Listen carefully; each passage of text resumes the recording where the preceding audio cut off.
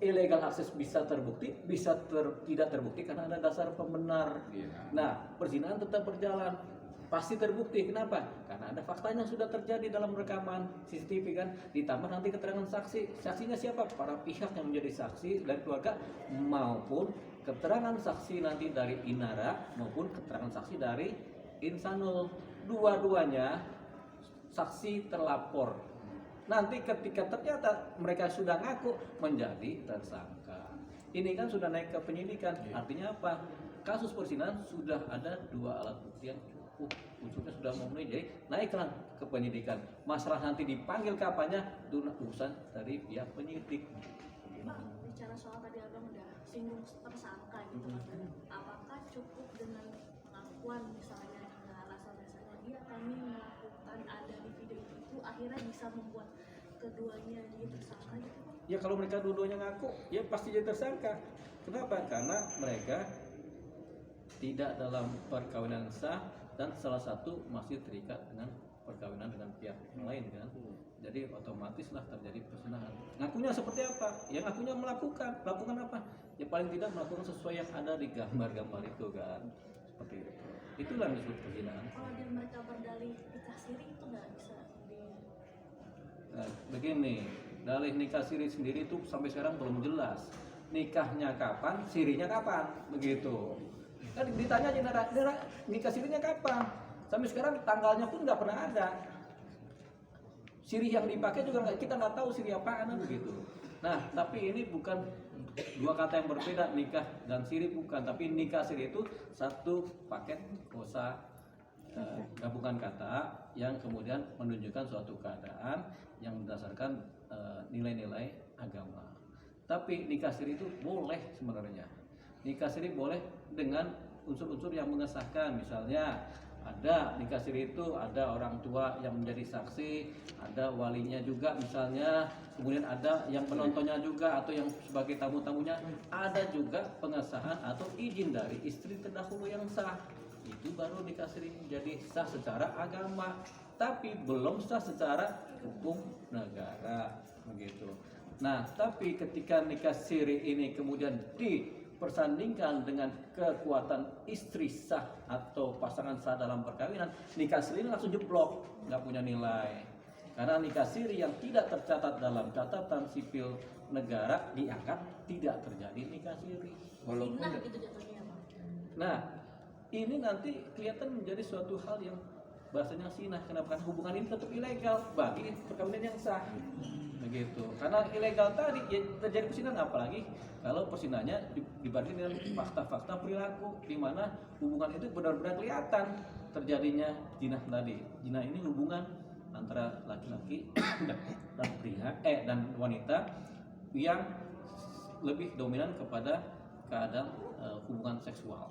Walaupun dari pihak. Kalau KUHP lama 9 bulan. KUHP baru mungkin sama juga. Nah, tinggal dicek itu. Tinggal mana yang paling menguntungkan. Sebenarnya lebih menguntungkan KUHP lama. Karena di situ ada terkait dengan persoalan keperdataan ya. Tapi kita lihat saja nanti perkembangannya apa. Yang jelas ketika sudah dikode dari penyelidikan menjadi penyidikan, kata sidik ini menunjukkan sudah adanya unsur-unsur pidana yang berkemungkinan terjadi dengan saksi-saksi. Ditunda dulu untuk karena ada laporan di Baris Krim. Jadi semua perkara akan berjalan sesuai dengan alur perkaranya. Jadi nggak ada orang bisa minta tunda perkara dihentikan dulu menunggu karena ini ilegal, enggak. Jadi barang bukti ketika menjadi barang bukti kemudian itu terkait sama tindak pidana itu tetap dipakai, entah didapat dari mana, tapi ini adalah barang bukti ya. Nah, kasusnya Mawa ini kan barang buktinya adalah yang pertama adalah CCTV di mana ada gambar-gambar yang menunjukkan terjadinya perzinahan. Itu pertama. Barang bukti ini kemudian bertambah dengan adanya keterangan saksi. Saksi ini siapa? Tentunya saksi pelaku juga kan dipanggil. Ketika Inara jadi saksi ditanya, benar gak melakukan? Dia jawabnya apa? Jawabnya benar melakukan. Ditanya lagi sama si Insanul, benar nggak melakukan? Jawabnya benar melakukan. Berarti kan sudah 2 keterangan saksi yang menyatakan ada potensi dugaan tindak pidana perzinahan. Nah, barang bukti yang gambar kemudian tetap dipakai sebagai petunjuk. Tapi dia tetap barang bukti. Kenapa dia tetap barang bukti? Karena ini berbicara tentang CCTV. Semua CCTV dalam bentuk apapun juga itu untuk menunjukkan adanya adegan atau adanya suatu peristiwa. Gitu gunanya CCTV kan untuk menggambar atau merekam peristiwa. Nah, setiap peristiwa menjadi barang bukti. Gitu. Apalagi kalau ada peristiwa pidana, menjadi bukti pidana. Ini CCTV ini kan didapat dari mana? Bisa didapat lewat permintaan langsung, bisa didapat karena sesuatu hal yang memang kalau mereka bilang dianggap melanggar undang-undang karena illegal access kan. Ini masih diragukan illegal access ini. Siapa yang bersalah atau bagaimana proses pengambilannya masih diragukan karena selalu ketika akses ini diambil, CCTV ini diambil, tentu kan ada paspor. Siapa yang tahu paspornya? Ya tentunya orang-orang dalam juga yang tahu paspornya kan. Bisa si Inaranya, bisa si Virgunya, bisa perintah Virgunya gitu. Jadi ini masih nanti, tapi yang jelas faktanya ada perzinahan yang terjadi. Tingkat pertama dengan bukti CCTV, tingkat kedua dengan bukti adanya saksi. Saksi ini saksi para pihak ditambah saksi pelaku. Tentunya saksi pelaku sudah ditanya tuh, benar nggak? Jawabannya kan benar, sudah melakukan. Nah, 2 ini cukup untuk menunjukkan adanya suatu indikator dugaan pidana perzinahan. Nah, ini perkara jalan terus, nggak bisa dihentikan karena ada keadaan lain begitu. Belum ada panggilan ke terduga pelaku sendiri bang, baru si keterangan saksi sama si CCTV itu sendiri. Ya, itu kan nanti begitu juga ujungnya. Jadi sekarang ini mungkin si Inara sama si Insanul belum dipanggil, tapi ketika mereka berdua dipanggil, tentunya pertama kan jadi saksi dulu mereka. Ketika jadi saksi mereka akan ditanya tuh, benar nggak melakukan? Jawabnya apa? Kalau Inara pasti jawabnya benar melakukan. Si Insanul juga ditanya benar melakukan, jawabnya benar melakukan.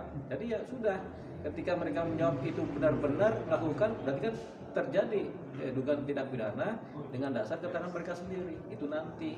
Tapi setiap perkara pidana tidak boleh dihentikan karena ada suatu keadaan tertentu, kecuali ada keadaan yang memang benar-benar tidak memenuhi unsur atau tidak ada buktinya, baru dihentikan itu perkara. Tapi sepanjang ini ada buktinya, ya jalan gitu. Sama kayak kita misalnya di suatu supermarket ada CCTV, ada orang mencuri, CCTV ini bisa diambil tanpa izin oleh polisi, oleh siapapun juga yang menunjukkan adanya suatu peristiwa begitu. Jadi dominan illegal access nggak dapat karena ada tindak pidana. Apalagi kalau tindak pidana pembunuhan yang dimana CCTV-nya melihat, mau CCTV tetangga atau sisi manapun juga wajib menyerahkan adanya tindak pidana pembunuhan. Misalnya di suatu gang terjadi pembunuhan, kan CCTV yang punya rumah kan diambilin semua tuh begitu. Jadi itu kewajiban hukum dari pemilik CCTV untuk menyerahkan. Nih buktinya ada ini, gitu. Kalau mereka nggak ngasih malah nggak bisa. Mereka bisa kena pidana juga, begitu. Sama juga dengan kasus ini. Jadi kuncinya barang buktinya adalah CCTV, di mana CCTV kegunaannya adalah untuk merekam suatu peristiwa, baik peristiwa biasa maupun peristiwa hukum.